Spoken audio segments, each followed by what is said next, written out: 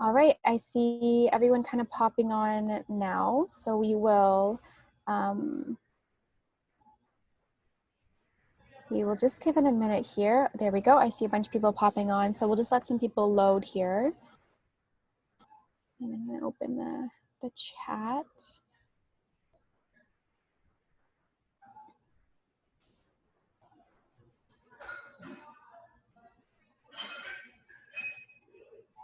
All right, welcome everybody. Thank you so much for joining me today. If for some reason you can't hear me, just send me a little note in the chat at any point. If you feel like you're missing something or it's not coming clearly, just send me something in the Q&A section. So lovely, 12 people on here. That's amazing. Thank you everyone for joining today. And so I'm just going to jump right to it. So obviously you can see me over here in this screen, but let me see if I can there we go. So yes, perfect. No person. Okay, awesome. All right, so thanks everyone for joining today. If you're not familiar with who I am, my name is Marissa Laughlin, and I am a nutritionist at JoAnne's Place. I have been to Trent several times to offer different wellness talks, and 2 weeks ago we also did our first one through these live Zoom calls, and it was before actually COVID had hit. We had several seminars planned at the athletic center, but obviously with the change of reality that shifted. So I'm really happy that we've been able to switch to an online option that's suitable for people, not only to continue to educate and support the Trent community, but also just to kind of keep you going and on track, because I feel like with COVID, a lot of people, the stress levels went up, and some people's, digestion would have been compromised, sleep would have been compromised. So those are the topics that we are covering through this series bi-weekly. So last week we talked about stress. This week we're talking about digestion, and then we have a few other topics to come too. So if you missed the last session, which was 2 weeks ago, you can probably contact Trent, and they can either send you it, or I do believe when you go through their events page, you can also do a rewatch as well too. So yes, let's just jump into it. Today we're talking specifically about digestive support. So just some stats for digestive imbalances. 1 in 5 people suffer with a digestive imbalance daily. So that can include gas, bloating, indigestion, constipation, allergies, abdominal pain, acid reflux, and then furthermore can be other digestive diagnoses that can cause these symptoms as well too, which we will get into later on. But 1 in 5, that's very common for people to experience digestive disturbances daily. So if you are here, chances are either you or somebody that you know are essentially one of these 1 in 5 people as well. So before we dive into those symptoms and digestive diagnoses, we need to first understand what the purpose is of the digestive system. So it has 3 main jobs, and those 3 jobs are to digest, to communicate, and to eliminate. And in the digest part, we can also say digest, absorb. It is really kind of goes hand in hand together. So we're digesting our food, absorbing our nutrients, communication, and elimination. So let's dive deep into a little bit more on what those three purposes are. But what we can say in all 3 of those purposes of our digestive system, we need to understand that the foundation of our health is our digestive system. When our digestive system is compromised, the rest of our health is also compromised. And I'll talk a little bit more about that in the communication piece. So let's get back to the basics here. We need to realize and understand the entire process of digestion, because when we think digestion, we tend to just think the stomach. That's what happens. Our stomach, if we're having a digestive issue, our stomach is in pain, it's bloated, it's the main piece. But really, the digestive system is very, very complex. It actually starts with the mouth. So digestion starts in the mouth. Our teeth, saliva, and enzymes, so such as amylase, is actually secreted in the mouth, and that helps to denature and break down food. So that's the starting point. So when I put an emphasis on making sure that you're chewing your food properly. I really, really mean that. And I don't just mean that in the sense of making sure that you're slowing down your eating process. I really mean that, just because this is where digestion starts, and we want to make sure that enzymes, especially amylase, which helps to break down carbohydrates, is secreted and starts the digestive process here. If this beginning of the digestive process is not, fully complete, or not, you're not effectively using this part of the digestive process, the rest of the process is out of whack, essentially, as well. So we want to make sure that we're starting right from the mouth to make sure that digestion is running smoothly. Next up, we have the stomach. So this is the storage and holding tank for our food, and it contains hydrochloric acid and enzymes to further break down our food. So enzymes such as pepsin, lipase, those are going to break down proteins and fats, and then it's going to turn it into something that's called chyme, which is a liquid consistency. And in order for our food to pass through from the stomach to the small intestine, it needs to be in that liquid form. If it's not, that's when we start to run into more digestive issues. After the stomach, the main key parts through the digestive process is the liver and the gallbladder. So these are two very, very important organs that we need in order for digestion to be optimized. So the liver produces bile, and that is released into the small intestine. Bile is what helps enzymes to further break down fats, cholesterol, and glucose, so sugars as well. And this is really, really important, because a lot of people I see that come into JoAnne's place have either a congested liver, and that can mean several things. It can be an overproduction of hormones such as estrogen. So some women can naturally have a liver that's compromised. But also a fatty liver. A lot of people are diagnosed with fatty livers, and that the first thing we tend to think about is alcohol when we think liver, right? If there's any type of compromised issue with the liver, we tend to think alcohol. But what we really need to think about is digestion not being fully processed, but as well as fat and cholesterol and sugar that's built up and not filtering through the liver fast enough. And that is a big reflection of bile not being secreted to help break those down. The gallbladder is also really important. It works side by side with the liver to help with bile production and storage. So whatever bile is being produced and not used, it's stored in the gallbladder so that it can be used later on.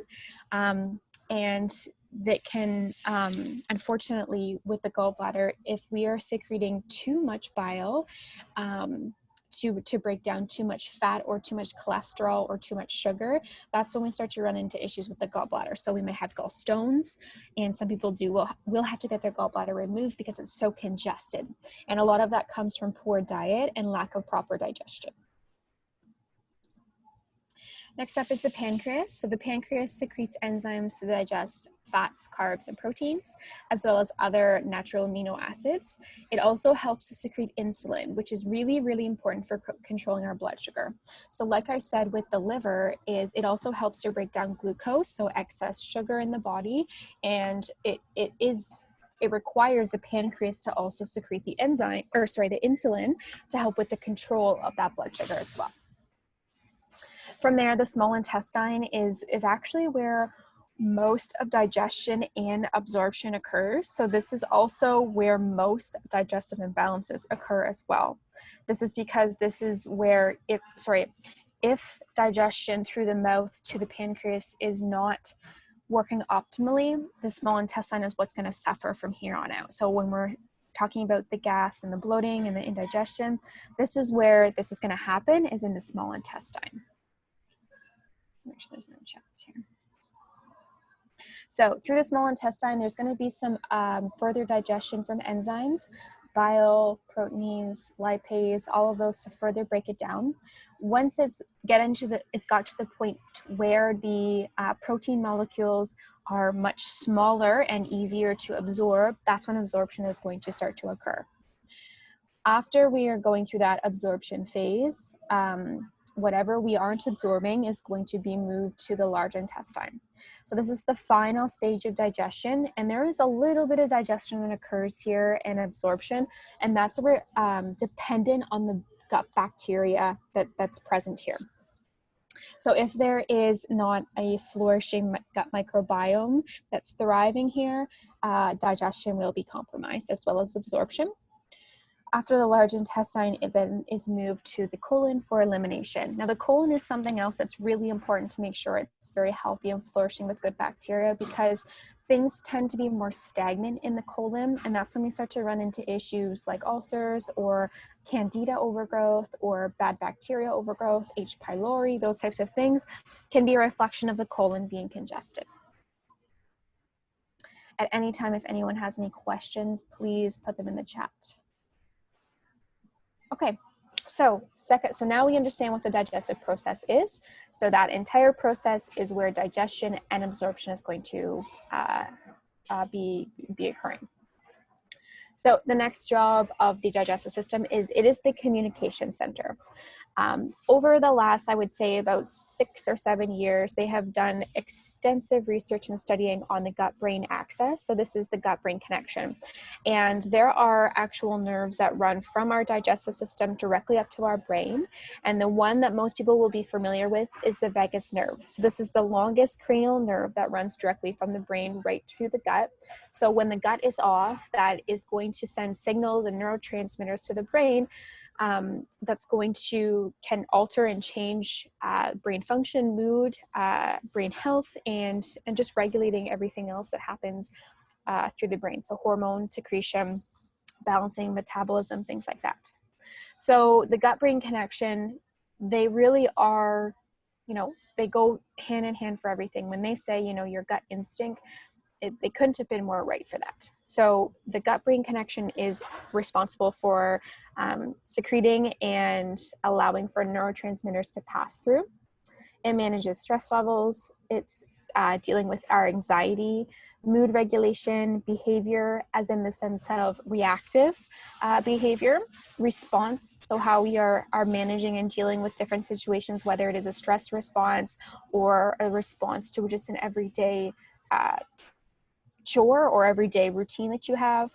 Digestive mobility, when there's a lot of correlation between people who are suffering with high anxiety and depression levels and constipation, that is happening. So when our brain is very reactive, then sometimes our digestive system can be compromised for constipation. It's also responsible for secretion of enzymes and hormones, nutrient delivery, microbiome balance as well. And what we do know as well is that the gut actually secretes many hormones that help with mood regulation. So the big game players I want to put some spotlight on is serotonin, so our happy hormones, dopamine, melatonin, which helps regulate our sleep cycles, and GABA. So GABA is something that helps to calm the mind and reduce reactive response. You can take serotonin and dopamine you cannot take in a supplement form, but you can take things to increase those levels. But melatonin and GABA are two things you can take in a supplement form as well, which is great because if we can't produce enough of it, then there's an option to get more into the system. But the problem with that is if the gut is still very compromised and digestion is very compromised, it doesn't matter how many supplements that we take, we're not going to do the full digestion and absorption process for those supplements. And I'm saying for melatonin and GABA specifically in this context, but that's for all supplements as well too. So you could be taking every supplement in a protocol it's great for optimizing your health, but if your digestive system is compromised, you're going to be lacking the enzymes and the hormones to help with secretion and the absorption of those nutrients as well. Okay, so like I said, some symptoms that happen in our digestive system, so primarily the small intestines, would be bloating, gas, constipation, diarrhea, heartburn, acid reflux, abdominal pain, nausea, weight gain, weight loss, blood or mucus in the stool, or anxiety. Those are all symptoms that can be an imbalance of a digestive disturbance.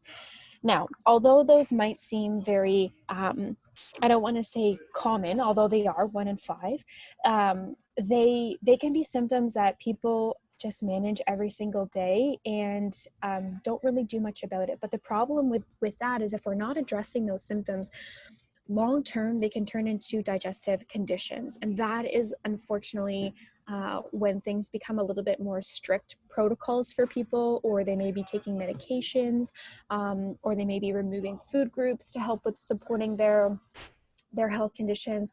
So our goal is, if you're experiencing any of the symptoms on the left-hand side of the screen there, we want to manage those symptoms so that we're not getting to the conditions. And if you're in the conditions stage already, then that's okay. It's just, how can we manage the symptoms still to reduce the reactive response to the conditions? So conditions, that should say leaky gut. Actually, that, unfortunately, the app that I used to create this, they don't spell check very well, and obviously I didn't either myself. So I apologize about that. But the conditions could be leaky gut, allergies, H. pylori, bacterial overgrowth. Bacterial overgrowth can also be candida overgrowth. So candida, I feel like, is a more trendier word that's coming around for people. And that is just, again, overgrowth of too much of yeast in the system.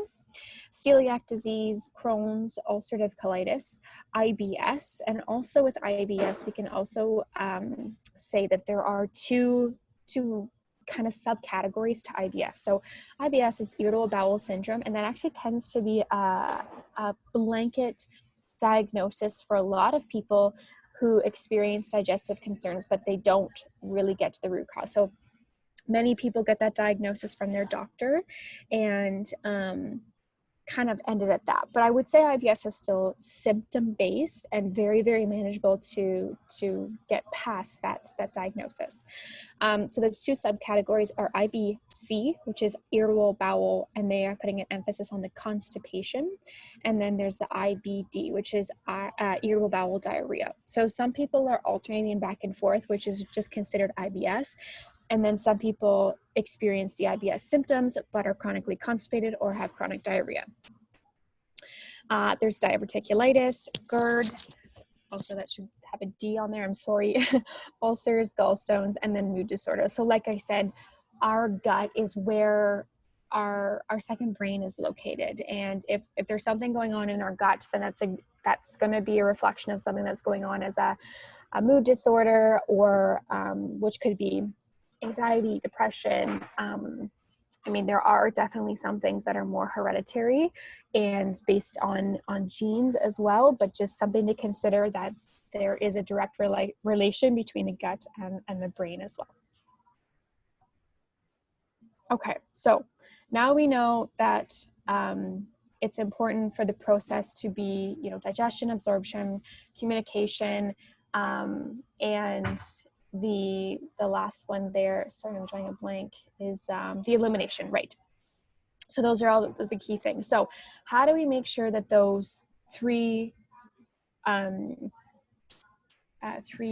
purposes of our digestive system are working optimally? We're going to talk about lifestyle factors, we're going to talk about foods, and then we're also going to be talking about some supplements as well. So first off, lifestyle factors to improve your digestion. First things first is chewing and distracted eating. We really need to be mindful of how often we're chewing before we swallow. So you should be chewing 20 to 30 times before swallowing. That will make it into more of like a liquid consistency, which is really what we want when we're starting the digestive process. We want to be mindful of, how fast we're eating, the environment that we're eating in. Are we eating in front of a TV? Are we eating in front of a presentation? What is our environment that we are creating for our digestive process to happen? And then also using all 5 senses. So digestion, as much as, we can think about, starting in the mouth and going through, really there are some aspects to digestion starting before it even touches your mouth. Because if you can smell something or see something that's delicious, or maybe you could hear something that's, being cooked, like for an example, would be like popcorn, things like that, that automatically puts different senses bringing them kind of like alive to start secreting saliva, to start secreting enzymes. And that's also part of digestion as well. So I really encourage people when you're eating to look at your food, look at it completely, smell it. If it's possible, touch it. Be mindful of the texture of it. Again, listen to it being cooked. Those are all really great ways to, one, be more appreciative of what you're eating, your food and your routine, but also slowing down the eating process and improving your digestive system as well. 2, lifestyle factors, we need to look at our stress. So high levels of stress will actually shut off your digestive system. And we talked about this last week. It's actually the first thing that gets shut off. And if you're eating during a state of stress, you are way more likely to increase your digestive disturbances such as bloating and gas because of the digestive system not being present. So when I say it being deactivated or not, being shut off, that means that the body isn't working in the way that it needs to secrete the enzymes to break down the foods, because it's using that energy to manage the stress and to deal with the situation that's happening right then and there. So you need to be mindful of the state of stress, be mindful of eating in a state of stress and try to avoid it if possible. Movement is so important because, I think I made maybe a little issue or an error there. Sorry, it says water underneath movement, but I think I may have accidentally just copied the structure of it. But anyways, not the point. Movement is really important for the digestive system, because if you think of how digestion happens, it has to move from the mouth all the way out to elimination, right? So during that movement process, we need the support of the body moving through muscles, through bones. We need all of that to be healthy and strong to also help with our digestive system. So movement is very important to help get digestion process happening. Now, obviously, you're not going to be eating a meal while exercising or something like that, because you're using that energy to exercise and to move. But I'm saying, after or before, just making sure that you are physically active throughout the day to help support the digestive process through the entire day. Just want to see if there's any chat. Nope. Okay, so those are the lifestyle factors. So we've got chewing for distracted eating, managing our stress levels, and making sure that movement is in your routine.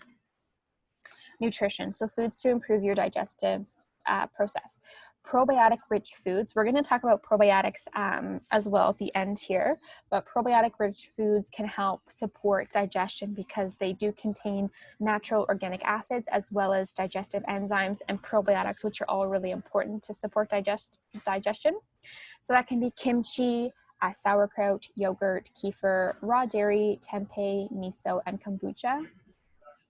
We also really want to put a stress on fiber-rich foods because, like I said, we need to make sure that things are moving through the digestive system and not staying stagnant, especially when it gets to the large intestine and to the colon. So fiber-rich foods are really, really important. So that's beans, legumes, whole grains, brown flax, chia, leafy greens, berries, coconut, avocados, figs, prunes, dates, and squash. There are also other fiber-rich foods, but those are the ones that are highest in fiber. And if you were to look at a Health Canada food guide, they would recommend around 25 grams of fiber a day. I actually recommend 30 to 50 grams per day per person because it's just really important. Fiber, you need it for everything. It helps with weight management. It helps with elimination. It helps with absorption of different nutrients from your food. It helps to bind things and eliminate it. It acts as a resistant starch. So it's really important to make sure your diet is high in fiber. If you are somebody who experiences gas and bloat from having fiber, there's a few things that you can consider. So for an example, like grains, legumes, and beans, if you have trouble digesting those, you need to start small. So starting with, say, a quarter cup as opposed to half or a full cup, and making sure that they are soaked. So soaking your grains overnight and legumes and beans so that when you do cook them, then what they do is there's different layers on those grains, legumes, and beans. And when we soak them and they allow for digestion to kind of pre-start, those anti-layers or anti-nutrients in the layers, they start to break open. So it makes it much easier for digestion. It's very similar to how fermentation would happen. Another really great tool is actually using them in a pressure cooker. So pressure cookers help to cook under pressure, and it helps to break apart those layers that are harder for people to digest. Also really important to make sure you're increasing your water consumption. So if you're eating several beans in a day and you're experiencing a lot of gas and bloat, the fiber could be very stagnant and not moving through the digestive process optimally, and could just need some more hydration. Because when we think of fiber, it tends to bulk up in the digestive system, and we want to make sure that it does do that, but that it's not dry bulking. We want to make sure there's lots of hydration that happens for the fiber as well. And like I said, start small, 1/4 cup to 1/2 cup, and kind of build up from there. Cooked foods. Okay, another great option. So a lot of people who have a compromised digestion, and this might not be all the time, it might just be some of the times, they might have trouble digesting certain vegetables. So specifically cruciferous vegetables, broccoli, cauliflower, Brussels sprouts, they have a more complex profile of nutrients that tend to require a little bit more digestion. And if your digestive system is compromised, you may not be secreting enough enzymes for this to happen. In that case, I would recommend you to consume more cooked foods. So by cooking them, kind of like what I just said,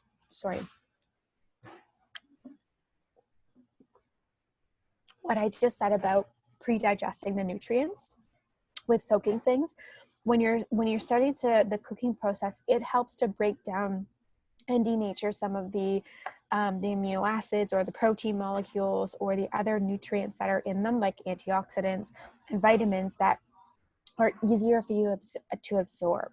Now, when I say cooking foods, I want to say like steamed, baked, those are all great options. You never want to have anything that's, fully not to say you can't have it, but if you're getting it for the nutritional properties and you want to optimize your digestion, when I say cooking, I don't mean like cooking to a burnt phase or cooking to a fried phase. Though that really pretty much wipes out all the nutrients, and you will still experience digestive issues with that, because that's a whole other piece on its own. You're really starting to digest other anti-nutrients that you don't want, like burning it, like from burning foods or frying foods.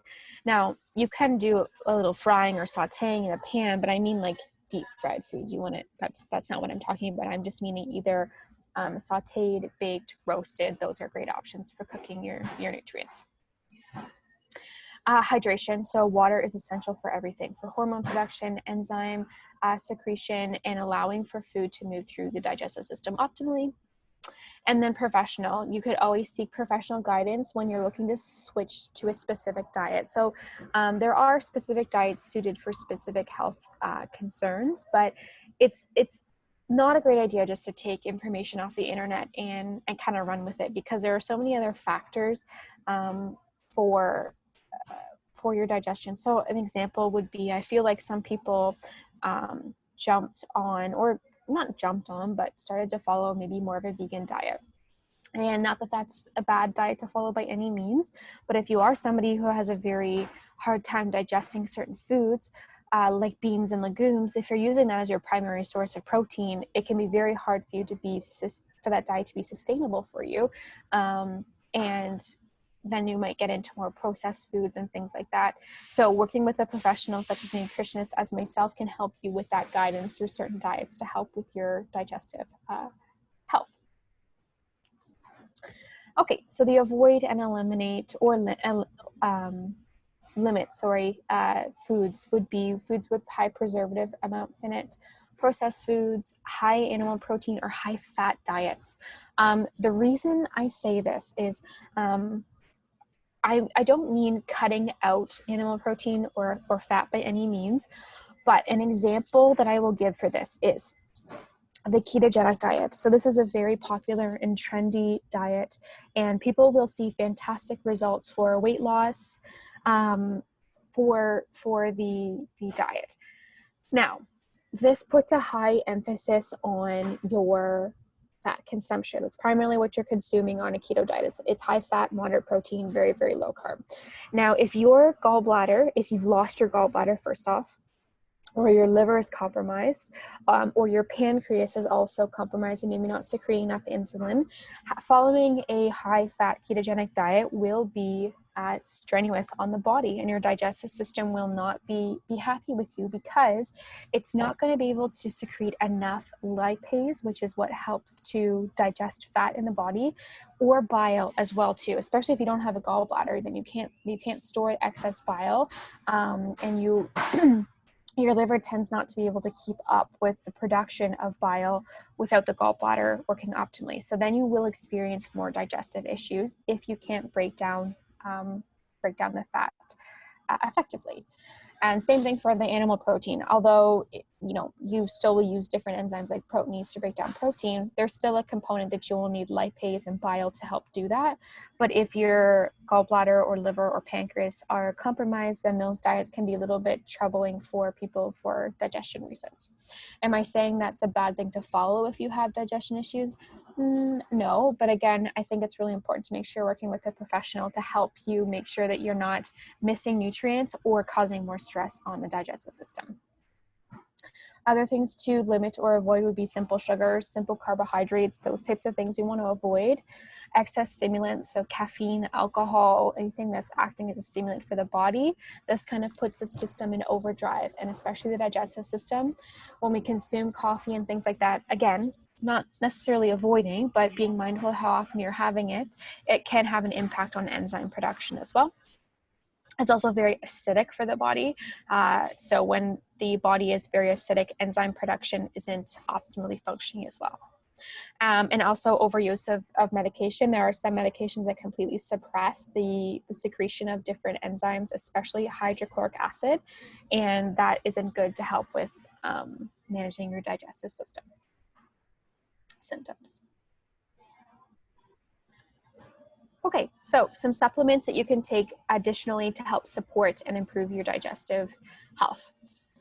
So there's two things I want to talk about is digestive enzymes and then also probiotics. So I would also love to hear if you even want to start writing in the comments, if you're somebody who takes a digestive enzyme or a probiotic, I would love to know if you're taking those, and I would love to know what brands you're taking, and we can also discuss that if you feel comfortable.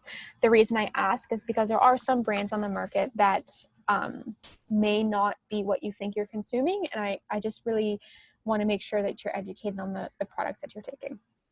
So first off, digestive enzymes, they are biological catalysts which stimulate the reaction throughout our body to support our digestion, allergies, inflammation, and preventing digestive disturbances such as gas and bloating.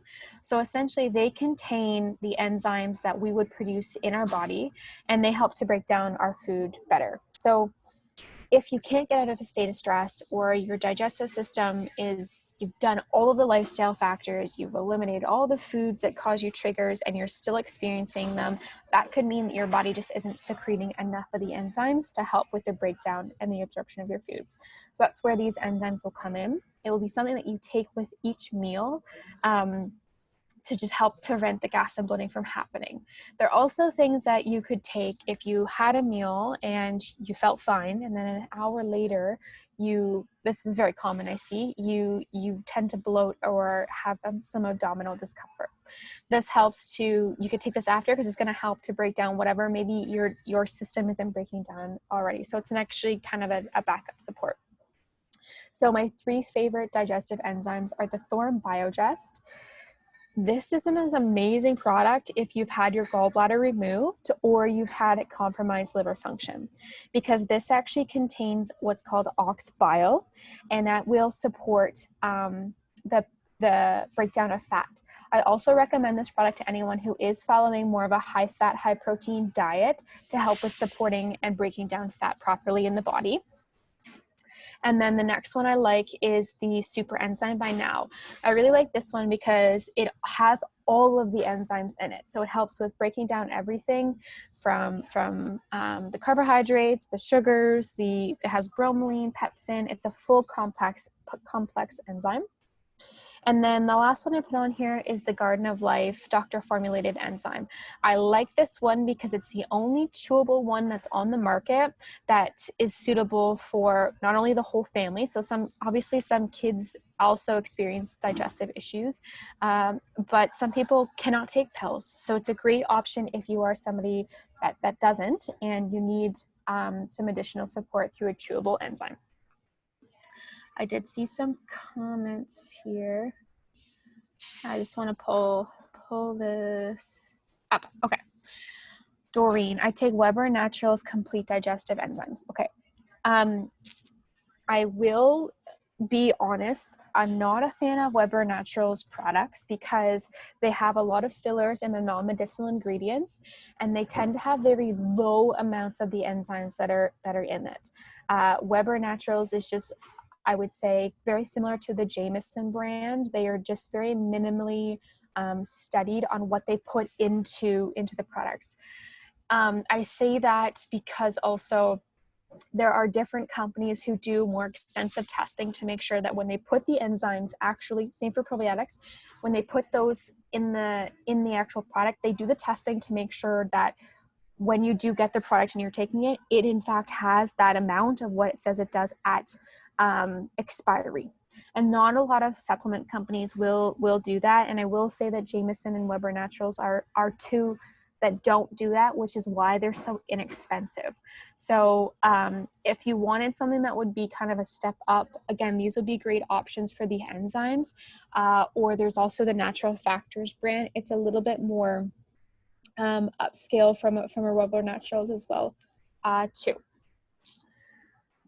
We'll talk about probiotics when we get to there in a minute. So what I would say for you, Doreen, is maybe finish off your Weber Naturals one, and then consider maybe one of these options. So this would be a very basic, general, everyday one that you could take if you had a balanced diet.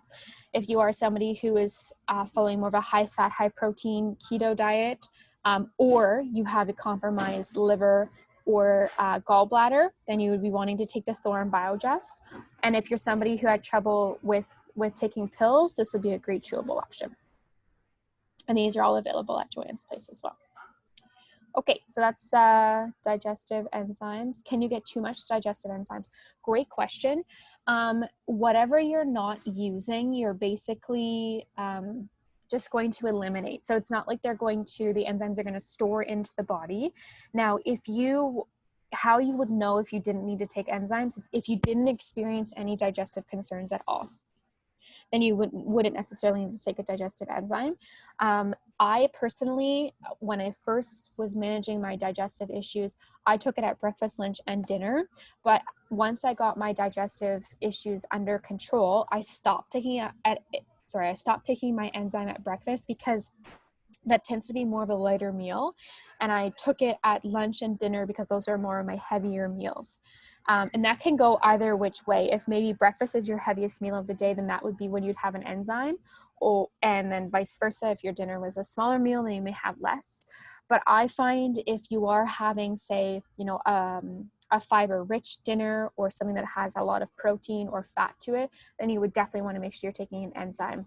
And then once you do get your digestive disturbances under control, you could just take it as you need it. So if you knew that you were going out for dinner, or you knew you were going to have a larger meal than you normally would, that's when you could also supplement with the digestive enzyme. Okay. All right, probiotics. Let's talk about those next. So, like I said, we want to make sure that the breakdown it's very important to make sure that's happening during your first phase of the digestive process. Secondly, we want to address probiotics. So, like I said, one of the food options that really supports and optimizing your digestion is probiotic-rich food. So that's like the kimchi, the kefir, those types of things. Those are fantastic to take as a maintenance support. Okay, so you could take that on top of a probiotic, or if you have very minimal digestive issues, then you would take that as a maintenance. But if your gut microflora hasn't been corrected or hasn't been supported for many years or at all, then I would recommend starting with a probiotic, because that's just going to really amplify the growth of the good bacteria. And when we have lots of the good bacteria, that bad bacteria can't flourish. And that bad bacteria is what then contributes to that overgrowth and the digestive concerns that happen in the small and large intestines. So we want to make sure that there's obviously more of the good bacteria that's flourished at a higher level. So probiotics are they're living microorganisms that can support the gastrointestinal tract by flourishing our good bacteria. They line our gastrointestinal tract, so that's entire digestive tract, to support the body's ability to absorb nutrients, boost immunity, secrete hormones, and regulate mood. What I want to put an emphasis on is the absorbed nutrients. So if we think of the small and large intestine, that entire surface area of the large and small intestine is covered by some type of bacteria. The good bacteria, it feeds off the good nutrients. It loves when you've got good nutrients you're about to absorb and utilize, and it flourishes better. Now, on the opposite end of that, if it's bad bacteria that's on that gut lining that's fully flourishing, it kind of acts as like a barrier. So it's not gonna love those healthy nutrients that you're consuming, because it actually feeds off sugar. It feeds off, food additives, flavoring, those types of things, all of the things we want to try to avoid. That's what helps to flourish the bad bacteria. And we don't want that to happen, because we don't want it to be like a film of that bad bacteria, because then we can't absorb the nutrients that we need to. We want as much good bacteria that's there. So by taking a probiotic, it can help to really amp up the amount of good bacteria. And when we continue with a nice and healthy diet, then that's when that's going to help to kill off that bad bacteria or prevent it from coming.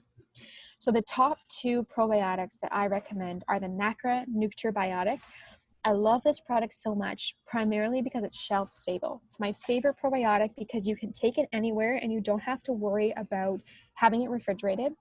And it will still keep up to how much it says it is. So it's 45 billion CFUs. It's multi-strain, so the different strains are going to work on the different areas of the digestive system. And it also contains 250 milligrams of L-glutamine. So L-glutamine is an amino acid which helps to actually heal that gut lining.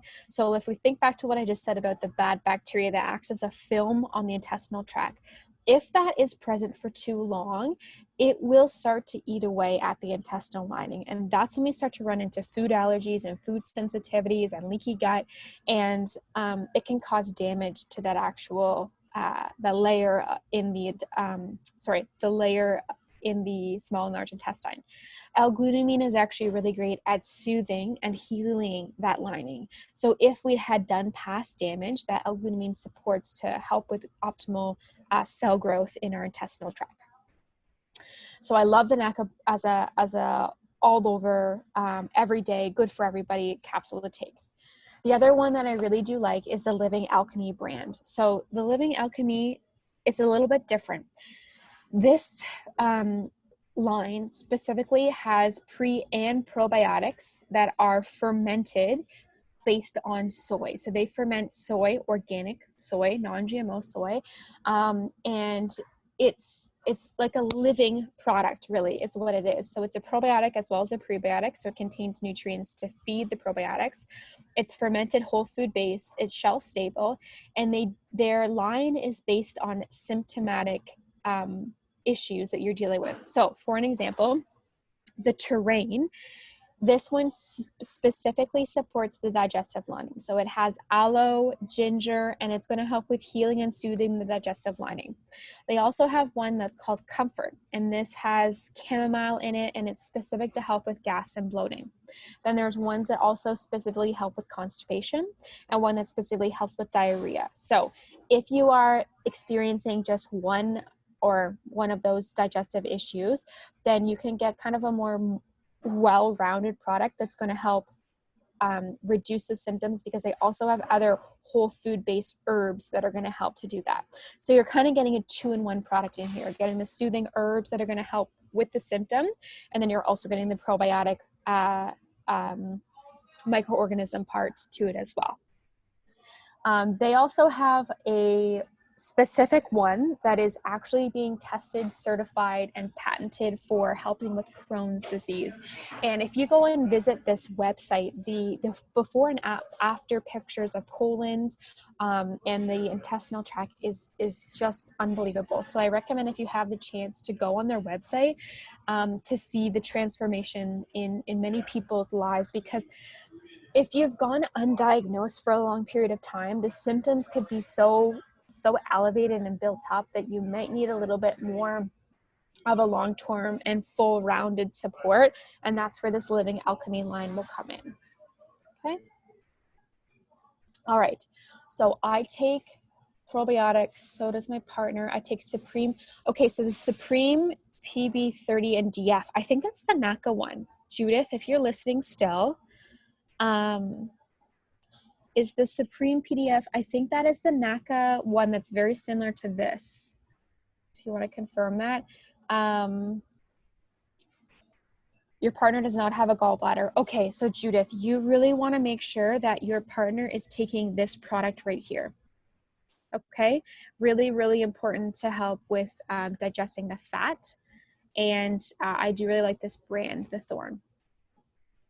I take Healthy Balance Complete Probiotics. Healthy Balance.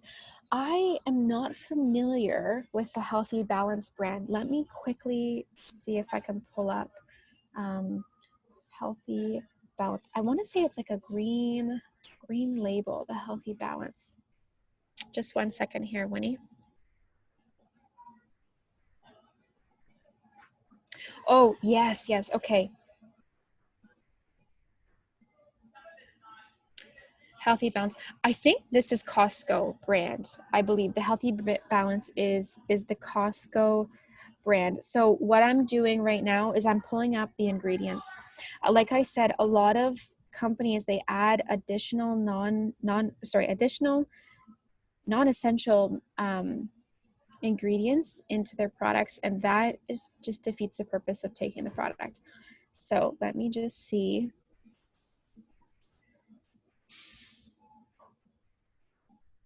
Okay, yeah. I'm just gonna a Vita Aid. Okay, so let's stay here with the Healthy Balance. So this one, I can see why looks great. It's not very high in probiotics. So it's, so it's 30 billion of CFU. So not too bad. Okay strains. But what I'm really concerned about is if we look at the non-medicinal ingredients, this is the one that's the Healthy Balance Complete Probiotic. I think you get this at Costco. So the non-medicinal ingredients, the vegetable capsule, inulin, which is fiber, that's fine, potato starch, magnesium stearate, silica ascorbic acid, skim milk powder, soya, sucrose, which is sugar, and yeast extract. So this is why I get so concerned with some products such as Jameson and a lot of the ones that are unfortunately sold at Costco, because they have so many added non-medicinal ingredients that are bad. Because if you just remember what I said about that bad bacteria, it feeds off of additives like sugar, yeast. We don't need those in our products because they're just going to contribute to the bad bacterial overgrowth. So I would not recommend staying on this product, Winnie, because of the non-medicinal ingredients. You want to make sure that those non-medicinal ingredients are just the vegetable capsule. Inulin is fine, it's a probiotic. It might have some type of starch in it to fill the capsule, and then magnesium stearate, which is typically what's on the outside of the capsule. So there should be no milk powder in there. There should be no soy, sugar, or yeast in there. So Winnie, I hope that helps. I know you asked also the question is, can you take too much probiotics every day? I recommend people to take probiotics. If you've never taken a probiotic, you want to take it for at least 6 months straight. If you are somebody who has been on an antibiotic, you want to at least take it for 9 months straight. Okay. If you are someone who's been on a probiotic for many years and have not ran into those issues and are not experiencing digestive disturbances, I recommend people to go on a cycle, 3 months on, 1 month off, 3 months on, 1 month off, 3 months on, 1 month off. Because if we think back to the beginning of this talk, I told you that the digestive system is the foundation for everything else. So in order to make sure that mood, hormone secretion, our sleep schedules are you know, optimally functioning, we need the gut to be healthy. So when we look at all those factors, what can help are making sure that we're breaking down our food and making sure that the gut microbiome is flourishing. Going for a long period of time without taking a probiotic, that is when you maybe run into some more issues, that there's a gut imbalance. So taking it every day, again, if you are somebody with a compromised digestion, you do want to take it every day and take it for a long period of time.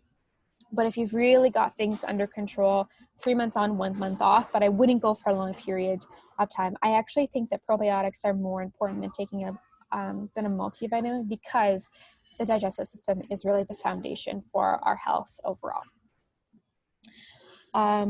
Winnie, if you have any other questions about that probiotic or questions about taking it, just let me know. Okay, so somebody else asked a question. Do you recommend probiotic enriched yogurts, Doreen? Fantastic question. So there are many companies that say probiotics added, probiotics this. You know, Activity is a huge brand that does it as well. What we need to remember is that as soon as something is heated, then the probiotics will be killed off. And many companies add it before the heat production happens when they're creating yogurt. So if it's just a basic probiotic or just a basic yogurt that says 2 billion added in, I would say it's just going to be minimal. You could use it as maintenance, but not in like a healing type of way. Actually, what I recommend over taking yogurt as having a probiotic source would be kefir. So kefir is less processed and it tends to have more probiotics. So that would be a better way to get the probiotics through your yogurt. Doreen, let me know if you have any questions about that. Okay, Judith, Supreme PM3 is Vita A Professional Therapeutics. I got it from a naturopath, needs to be refrigerated. Judith, that is an incredibly amazing probiotic. Again, like I said, a lot of companies don't invest in doing additional research into making sure that the CFU count is at that level until expiry. Any professional company is they invest that money without a doubt. So that is a fantastic product and I'd recommend staying on it, okay? Also, do you do client consultations? I've been seeing a naturopath, but not many results, lots of digestive issues. Yes, I do. What I'll do is I'm going to put my email right in this chat box, and you can email me. Even if you just have questions, you can totally email me. But if you want more information on how you can book an appointment to just look a little bit more in depth and get onto either a better supplement protocol or looking at your nutrition, then you can absolutely send me an email and I will get back to you. So I just put the email in the chat there. Okay, Lori, if you've been experiencing gas once every several days over the last few months, what should I start with? One of these antibiotics you've recommended. I do eat natural yogurt, dairy. Okay. What I would recommend is the very thing that I think is really important is making sure that your food is getting digested. So say, like, even though the gas only happens every 3 days or whatever that might be, if it always happens at a certain time. So for an example, if it always happens, say at 7 p.m., then with dinner, taking a digestive enzyme with dinner every day. And a digestive enzyme and probiotic would be safe for everybody to start taking. So you could start with a digestive enzyme. Hope that helps, Lori. Okay, Mary, what probiotic do you recommend for someone in good health but with occasional IBS?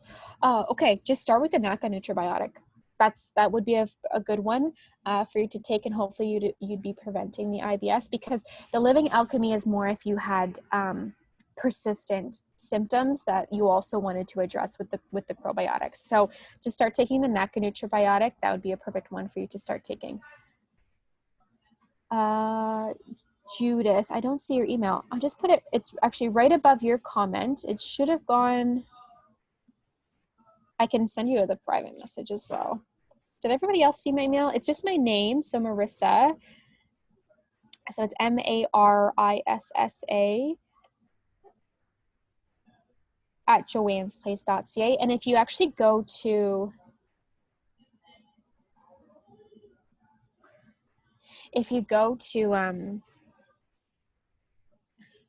oh, here, that's what sorry, I just needed to change who it went to.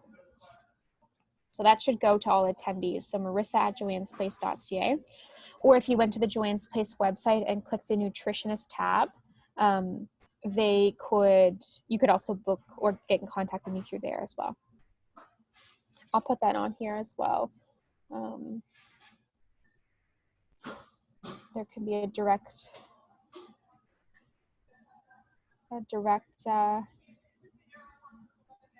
link for you to use.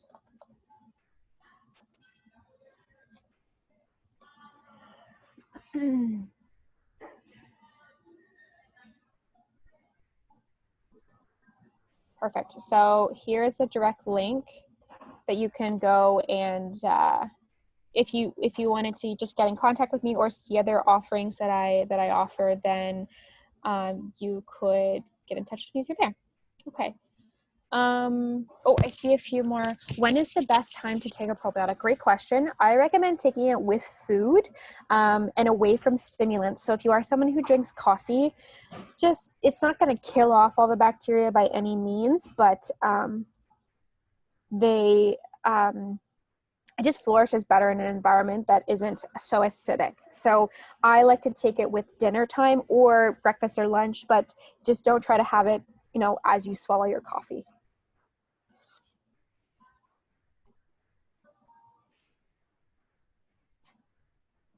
Sorry, Maureen, I just saw your question. I'm just finishing up with any questions. So this is the end. This is the end of the presentation. Thank you so much for joining me. Again, this is how you can get in touch with me. If anyone has any additional questions, then you can type them in the chat box and I'd be happy to answer.